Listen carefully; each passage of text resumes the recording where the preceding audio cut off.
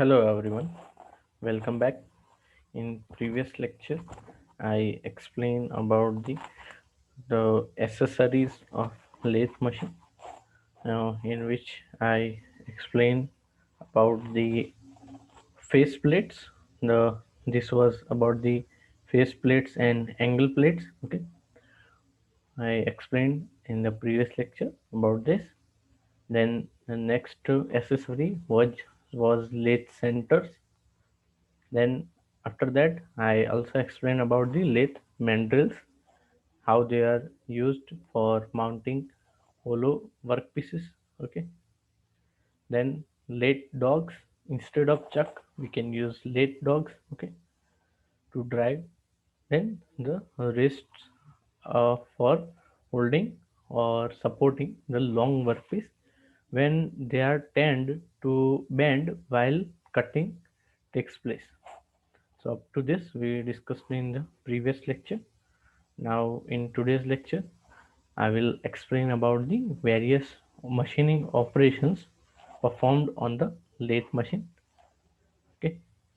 So the first operation is this turning operation.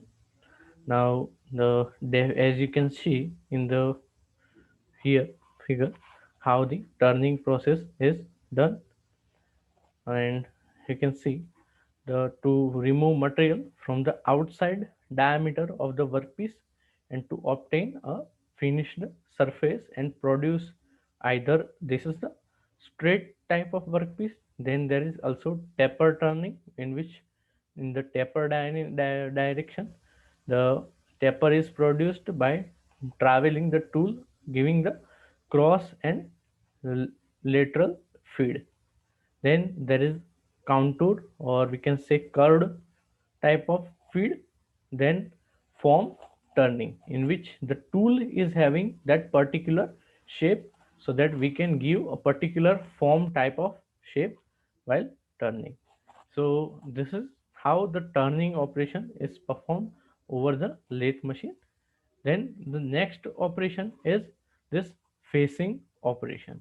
Now, to produce a flat surface at the end of the part of or making the face grooves. So in facing operation, here you can see in the figure, to produce a flat surface at the end part of the workpiece or making the face grooves. So this is how the facing operation is done. We can finish this portion of the workpiece. This is the second operation, that is called as facing. Then the another operation which is done on the lathe machine is the boring operation. And in boring operation, it is used to enlarge a hole or a cylindrical cavity made by previous process, or to produce a circular internal groove.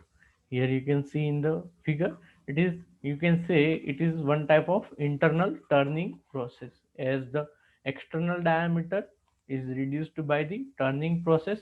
On the other hand, the internal diameter is reduced by this boring process. Now you can see there is a difference in the design of the tool. The boring tool are longer in length, so they can bore up to large size of diameter and the length of the workpiece. uh, and due to the length, the springing effect sometime may be there while cutting the workpiece. Okay, so this is about the boring process, which is majorly used for the internal grooves or for the cylindrical cavities or holes. Next operation is this drilling operation. Now the in lathe with drilling operation performed with the lathe, in which the workpiece is rotating while the tool is mounted to the tailstock portion, and which is steady. As you can see in the figure, it is an operation of producing a cylindrical hole in a workpiece. For this operation, the whole workpiece is held in a suitable device, that is our tailstock, or you can say, sorry, the workpiece is held on a chuck or faceplate as usual, and drill is held in the sleeve or barrel of the tailstock. There is one sleeve or barrel at the tailstock portion. We replace the dead center, we remove the dead center, we insert one barrel or sleeve, and we insert one tool in it. Then the drill is fed by hand or by rotating the hand wheel of the tail. Okay, so the feed of the drill is given by the hand wheel, or we can say the tail stalk is moved with the hand feed. Okay, with the help of rotating the hand wheel given on the tail stalk will be moved manually, and the drill will be fed into the workpiece. And this is how the drilling operation is performed on the lathe. Next machining operation is the reaming operation. Same as drilling operation, the difference in reaming is to enlarge the already done hole. The With the help of regular drill, we cannot. It is not possible to enlarge the hole, but with the help of reamer, we can enlarge already drilled hole. So reaming is the operation which usually follows earlier operations of drilling in case of those which is where very high grade of surface finish and dimensional accuracy is needed. So when we perform the drilling operation, the surface finish is not as much quite good. Due to that, the reaming operation is performed so that the surface finish or the dimensional accuracy can be increased, and this is one type of finishing operation to the already drilled hole. The reamers comes of the various size and shapes. The reamer or the tool used is called as reamer, which is used to enhance the dimensional accuracy as well as the surface finish. The reamer is held on the tailstock while the spindle is at this tailstock spindle, and while the workpiece is stationary, or we can say it is held stationary in the workpiece is held stationary in the chuck, and it will be rotated at very low speed. So the finishing can be improved. So this is about the reaming operation.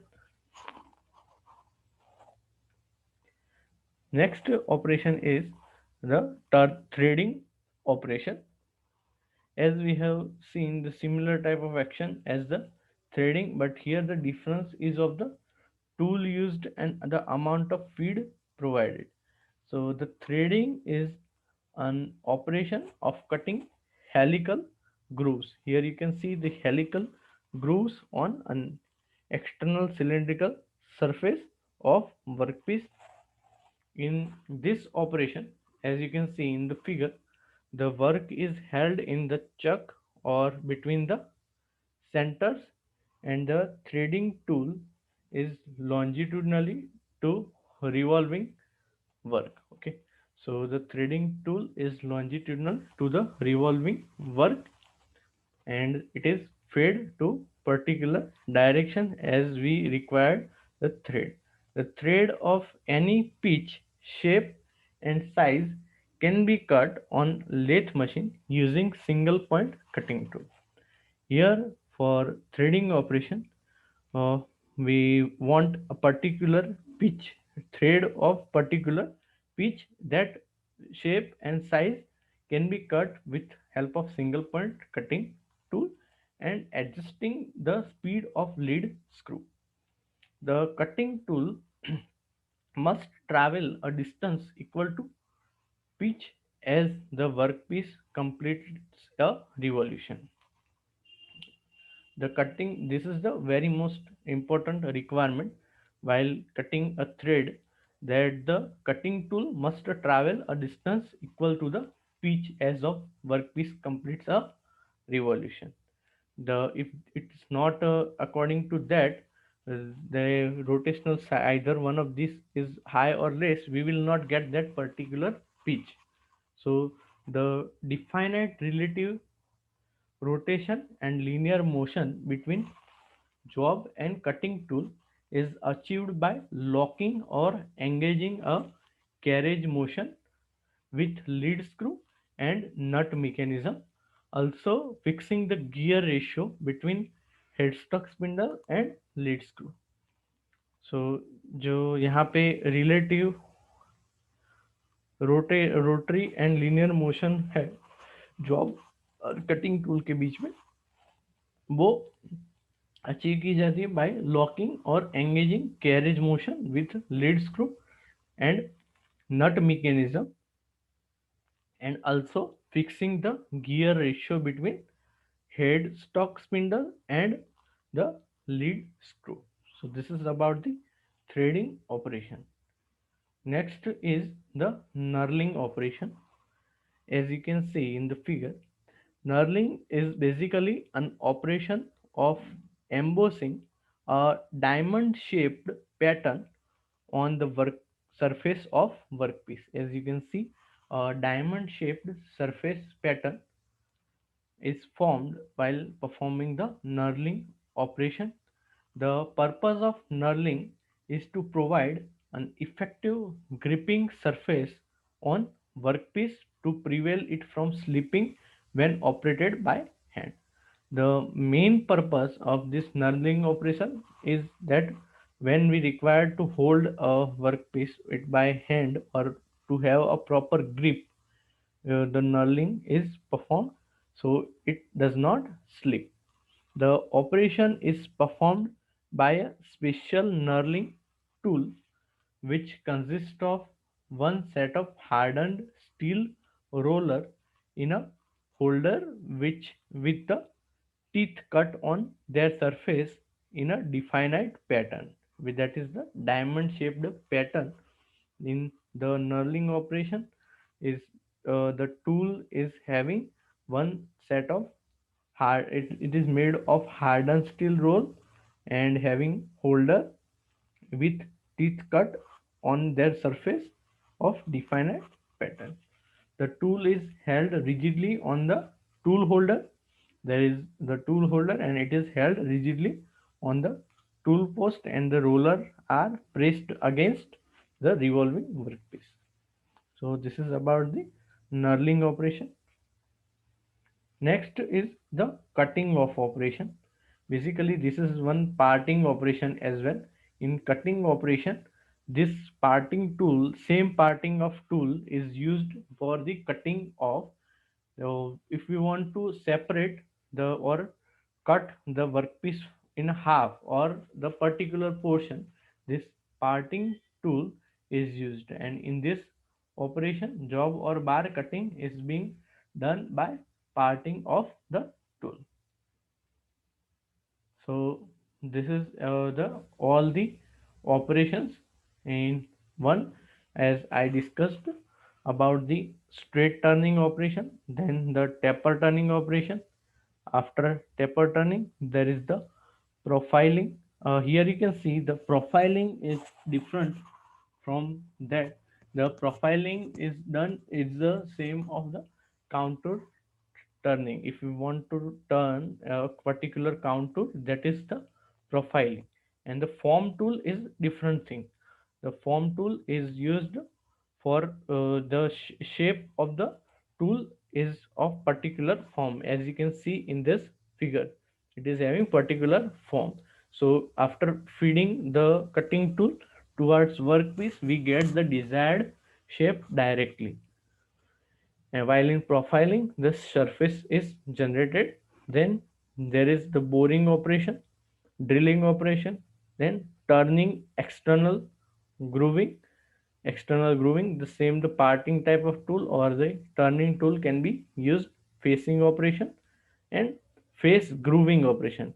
Similar to this grooving or parting operation, there can be as the cutting of tool, there can be a facing tool as well, as if we want a facing type of groove. Then the threading and knurling operation. So these are the all lathe machine operations. So up to this, we'll keep today's lecture. Thank you very much for listening me carefully. Have a nice day.